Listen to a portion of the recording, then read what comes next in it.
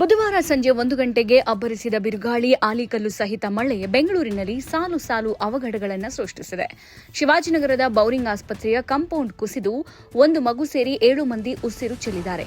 ವ್ಯಾಪಾರ ಮಾಡುತ್ತಿದ್ದವರು, ಖರೀದಿ ಮಾಡೋಕೆ ಬಂದಿದ್ದವರು ಸಾವಿನ ಮನೆ ಸೇರಿದ್ದಾರೆ.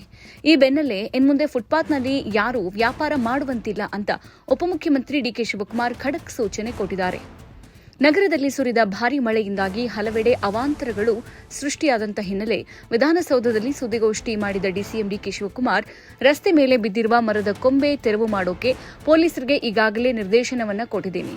ಈಗಾಗಲೇ ನಗರದಾದ್ಯಂತ ಇರುವ ಸಮಸ್ಯೆ ಪಟ್ಟಿ ಮಾಡಲಾಗಿದೆ. ಎಲ್ಲ ಮಾಹಿತಿಯನ್ನ ಈಗ ಕಂಟ್ರೋಲ್ ರೂಮ್ನಲ್ಲಿ ಕಲೆ ಹಾಕಿದ್ದಾರೆ. ಗೋಡೆ ಕುಸಿತ ಕೇಸ್ನಲ್ಲಿ ಅಧಿಕಾರಿ ನಿರ್ಲಕ್ಷ್ಯವೂ ಇದೆ ಎನ್ನಲ್ಲ. ಇನ್ಮುಂದೆ ಫುಟ್ಪಾತ್ನಲ್ಲಿ ಯಾರೂ ವ್ಯಾಪಾರ ಮಾಡುವಂತಿಲ್ಲ ಅಂತ ಸೂಚಿಸಿದ್ದೇನೆ ಎಂದರು. ಗೋಡೆ ಕುಸಿತ ಕೇಸ್ನಲ್ಲಿ ಅಧಿಕಾರಿ ನಿರ್ಲಕ್ಷ್ಯವೂ ಇದೆ ಎನ್ನಲ್ಲ.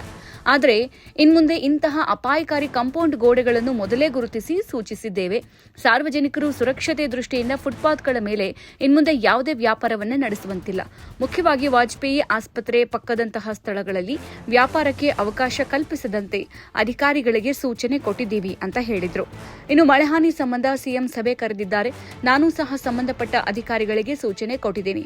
ಬೆಂಗಳೂರು ನಗರದ ಎಲ್ಲೆಲ್ಲಿ ರಸ್ತೆಗೆ ಅಡ್ಡ ಇರುವ ಕೊಂಬೆಗಳ ಬಗ್ಗೆ ಪಟ್ಟಿ ಮಾಡೋಕೆ ಸೂಚಿಸಿದ್ದೀನಿ.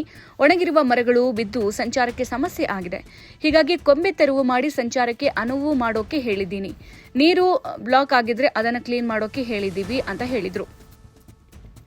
ಇನ್ನು ಈ ರೀತಿಯ ಗೋಡೆಗಳನ್ನು ಗುರುತು ಮಾಡೋಕೆ ತಿಳಿಸಿದ್ದೀನಿ. ಮಳೆ ಜಾಸ್ತಿ ಬಂದಾಗ ನಾವು ಸಿದ್ಧತೆಯನ್ನ ಮಾಡ್ಕೊಳ್ಬೇಕು. ಮಳೆ ಜಾಸ್ತಿ ಬರಲಿ ಅಂತ ನಾನು ದೇವರಲ್ಲಿ ಬೇಡ್ಕೊಳ್ತೀನಿ. ಮಳೆಯ ಪ್ರಮಾಣ ಕುಸಿಯಲಿದೆ ಅನ್ನೋ ವರದಿಗಳು ಬಂದಿವೆ.